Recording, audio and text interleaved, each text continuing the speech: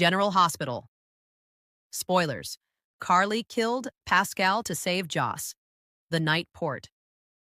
Charles' Changed Forever began with a single phone call.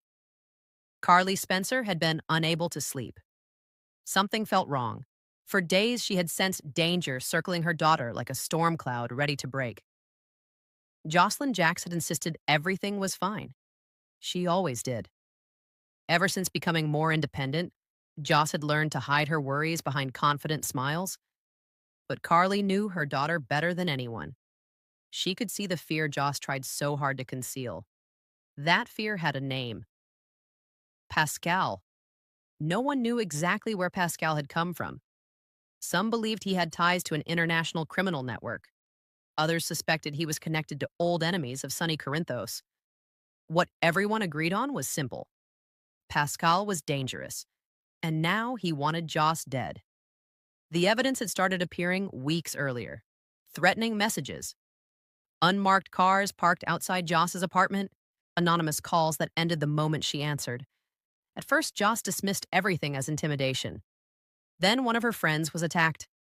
That was when Carly realized the threat was real. She begged Joss to leave town temporarily. Joss refused. "I'm not running from anyone," she told her mother.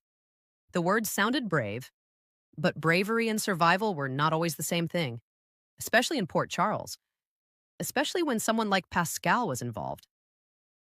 That evening, Carly sat alone in her kitchen staring at her phone. The clock read 11:47 p.m. Then the phone rang. The number was unknown. Carly almost ignored it. Almost. Something made her answer. "Hello." For several seconds, there was only silence. Then a familiar voice spoke, a voice she immediately recognized. "Pascal, you should call your daughter." Carly's blood turned cold. "What have you done?" A low laugh echoed through the receiver. "I haven't done anything yet." Yet? One word. One terrifying word. Carly jumped to her feet. "Where is she?" Pascal didn't answer. Instead, he said something that would haunt Carly forever. "Tonight is the last night you'll ever see her." The call disconnected. Carly's hands shook violently. She immediately called Joss. No answer. Again, no answer. Again, straight to voicemail. Fear exploded inside her. Without wasting another second, Carly grabbed her keys and rushed out the door. Meanwhile, across town, Jocelyn was completely unaware that her life hung by a thread.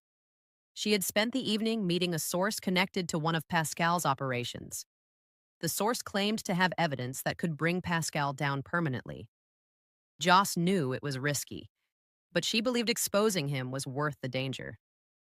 Now she sat alone in a deserted warehouse near the waterfront. The source never arrived. Instead, another figure emerged from the shadows. Pascal. The moment Joss saw him, she understood. It was a trap. "You came alone," Pascal said. His voice sounded almost cheerful. Joss slowly stepped backward. "What do you want?" Pascal smiled. "You already know." He pulled out a handgun. The sight of the weapon froze the air around them. Joss's heart pounded. Every instinct screamed at her to run. But Pascal had positioned himself between her and the only exit. She was trapped. "You've caused me a lot of problems, pal," Pascal continued. "People talk too much. They tell reporters things. They tell police things." His eyes narrowed. "And sometimes they tell you things." Joss realized this wasn't about intimidation anymore. Pascal had made a decision. He intended to kill her. Back across town, Carly drove faster than she ever had before. Every red light felt like torture. Every second felt stolen. She called Joss repeatedly. Still nothing. Then suddenly a message appeared. Location shared. Warehouse district. Carly didn't know how the message arrived. Maybe Joss had sent it. Maybe someone else.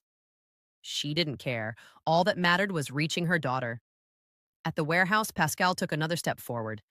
Joss backed away until she felt cold metal against her back. A storage container, nowhere left to go. Pascal raised the gun. For a moment, everything became strangely quiet. No traffic, no wind, no sound at all. Just the distance between a killer and his victim. Then another voice shattered the silence. "Stop!" Both turned.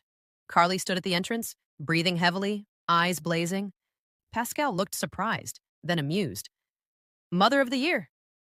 Carly, get out of here, Joss shouted. But Carly didn't move. She couldn't. Not when her daughter stood in the crosshairs. Pascal laughed.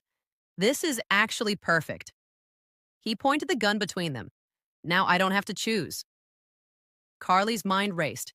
She searched desperately for a way out. Any way. But there wasn't one. Pascal held all the power. One trigger pull. That was all it would take. Then something caught Carly's attention. Near a nearby crate lay a revolver. Someone must have dropped it during an earlier confrontation. It was only a few feet away. Pascal hadn't noticed. Carly had. The next seconds happened faster than thought. Pascal shifted his focus toward Joss. Carly lunged. She grabbed the revolver. Pascal spun around. Both weapons fired almost simultaneously. The explosion of gunfire echoed through the warehouse. Joss screamed. Then silence. A terrible silence. Pascal stared downward. Blood spread across his chest. His gun slipped from his fingers. For a moment he looked confused, as if he couldn't understand what had happened. Then he collapsed. Dead. The warehouse became still. Carly stood frozen. The revolver remained in her hand. Smoke drifted from the barrel. Joss looked at her mother with wide eyes. Neither spoke. Neither moved. The reality slowly settled over them. Carly had killed a man. Not out of revenge, not out of anger, not for power. She had done it for one reason: to save her daughter. Minutes later, police sirens filled the night. Commissioner Anna Devane arrived at the scene personally. The sight before her was shocking. A dead criminal, a devastated Carly, a traumatized Joss. Anna listened carefully as both women described what happened. Everything pointed toward self-defense. Pascal had threatened Joss. He had aimed a weapon. He had intended to kill. Legally, Carly appeared justified.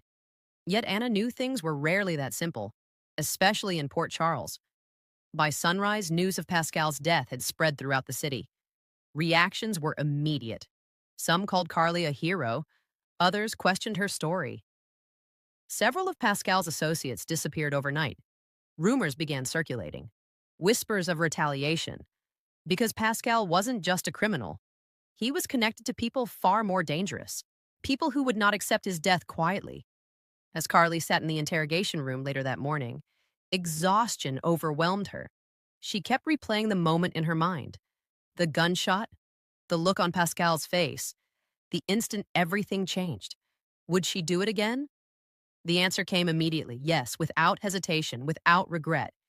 If saving Joss required making the same choice 1,000 times, she would make it 1,000 times. A mother's love left no room for doubt. But another question haunted her. What would happen next? Because Pascal's death wasn't the end of the story. It was only the beginning. Somewhere far from Port Charles, a man received a phone call. The caller delivered a single piece of information. Pascal was dead. The man remained silent for several moments. Then he smiled.